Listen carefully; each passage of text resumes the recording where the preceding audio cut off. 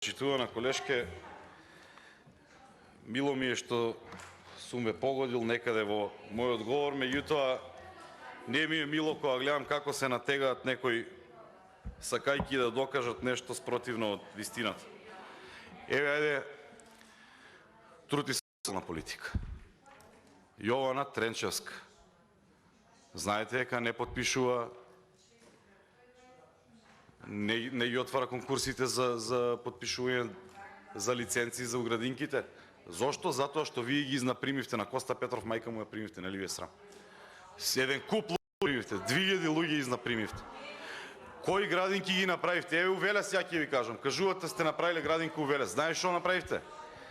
Дојде Аце Коцевски со неговата тајфа само лента да пресече. Апсолутно ништо. Една играчка нема купено. Сето тоа беше претходно направено од претходниот градоначалник Славчо Жадиев.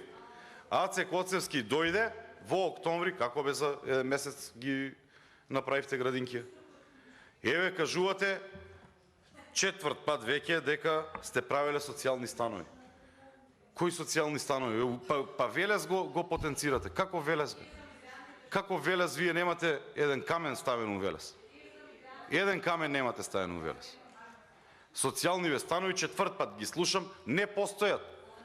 Дали има некој социјален стан кој што вие го имате проектирано социјална зграда и направено? Никаде. Постојано кажувате се прави со оваа динамика, со оваа темпо на градење. Почитувана колешки, имавме забелешка ние и од кредиторите. Затоа што се земаат пари, а ништо не се гради, инфлацијата ги јаде парите. И на крајот пак останува неизградено, а парите потрошени во почетна фаза. И сега ќе треба нови кредити, ќе треба ново кредитирање за да може да се довршат оние започнати или проектирани проекти од времето на ВМРО ДПМН. Па граѓаните сами ценат.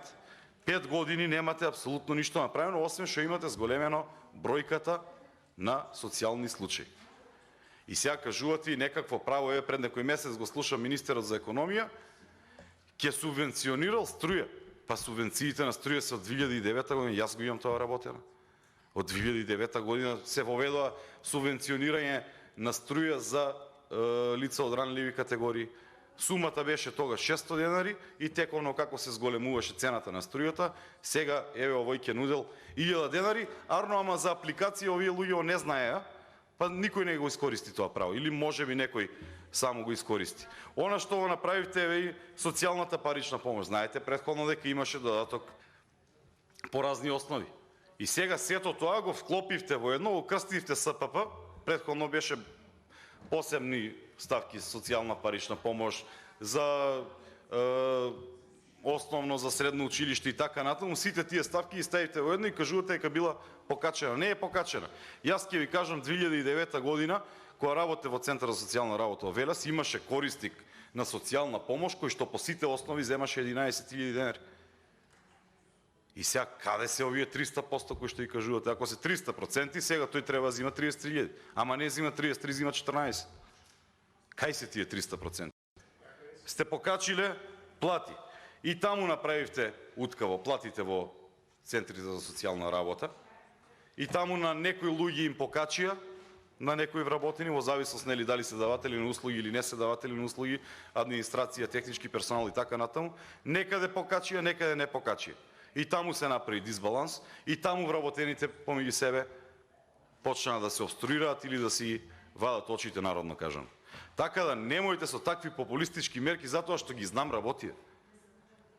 Да е некој кој што не ги знае работи или некој кој што го нема тоа работено во ред, вие можете мене да ми кажувате за здравството. Јас не сум здравствен работник и немам никогаш работено и можеби со некаква мерка ќе ми кажете или ќе пробате да ме убедите дека е така. Ама и тоа не е така. И тоа не функционира како што треба. Ете, гледаме дека ви протестираат стоматолози, матични лекари, сите бара голема капитација која што беше ветена, уште истата цена, работа еден куп, посебно и во ковид услови кои има, ама тоа не им се покачи. Тие не штрекуваат, оти се ВМРО ДПМН. Тие штрекуваат, оти некој им ветил нешто. Тие штрекуваат, оти имаат зголемени трошоци. Дајте им го тоа што им следува. Тие не бараат преку леп погач. Ајде сега дојме за Министерство за земјоделие, кое што кажавте, дека многу се грижите. Има постоечки закон, колешки. И до пред една недела имаше, пред една недела го донесовме овој другиот закон, кој што ќе важи од 2020. Па имате постоечки закони, таму се обврзани до кога треба да бидат исплатата на субвенциите. Вие сте исплатиле 120 милиони денари, па сте исплатиле оти во јуни ја преземате власта. Законските рокови се јуни, јули. Ама има и други законски рокови кои што се однесуваат на наводнување, ама тие не ги правите. 15 април треба да почне наводнувањето. Уште немаат вода у каналите. Имаме неисплатени субвенции и во сточарството, и во полјоделството, и секаде. Па сега ќе се молиме, тоа остана на Господ да се молиме да врне, па за да можат да пркнат малку културите. Понатаму, во однос на тутунарите, што направивте? Кажувате некоја зелена нафта, ете и во новиот закон, ќе се покачала од 50% на 100%. Знаете кои се корисници на зелена нафта? Па пред да се спомнува нешто, треба да се прочите. И јас не знам. Не сум знаел, ама сум прочитал. И знам дека има категоризација кој смее да зема, кој не смее да земе. Има услови кој смее и колку смее да земе. Знаете дека во просек по 12 евра земаат земјоделците за зелена нафта. Што се 12 евра на овие цени на горивото, на овие цени на ѓубрето и така натаму. Кога не може да се најде работник, кога не може да се најде народно кажано аргат. Знаете дека тоа ништо не значи. И сега од 2023 ќе сте ги зголемеле за 100%, ама пак ќе се однесуваат нистите категории, а за волја на вистината во Република Македонија најмногу земјоделци работат тутун. Арно, ама тутунопроизводителите не ги фаќа оваа зелената нафта. Овие со раноградинарските култури не ги фаќа зелената нафта. И кој ги фаќа? Агрокомбинатите. Понатаму, имате обврска за спрема овие сточарите. И тоа не е исплатено. Сточарите, знаете, ние сме претежно ридско-планинска земја. Знаете, бројот на стоката колку е намален. 87,5% са бајле дискутирав. 87,5% не од осамостојувањето на Република Македонија до сега. И сега наместо во таа гранка кај што се намалува субвенционирате и да дадете стимул, вие ги игнорирате. И луѓето еве продаваат јагниња, продаваат овци, колат, овци немаат што да прават, немаат избор човек луѓето. Земјоделците, бројот на земјоделци 132.000 2011 година. 2020 година 87.000. Огромна бројка на луѓе кои што прекинале да се занимаваат со земјоделство.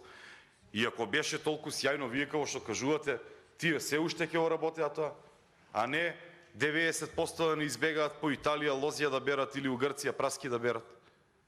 Таму имаат поголем месав додат отколку да продолжат со оваа работа. Така, немојте да кажувате дека имате добри мерки. Ворете некогаш да се проба со некоја мерка.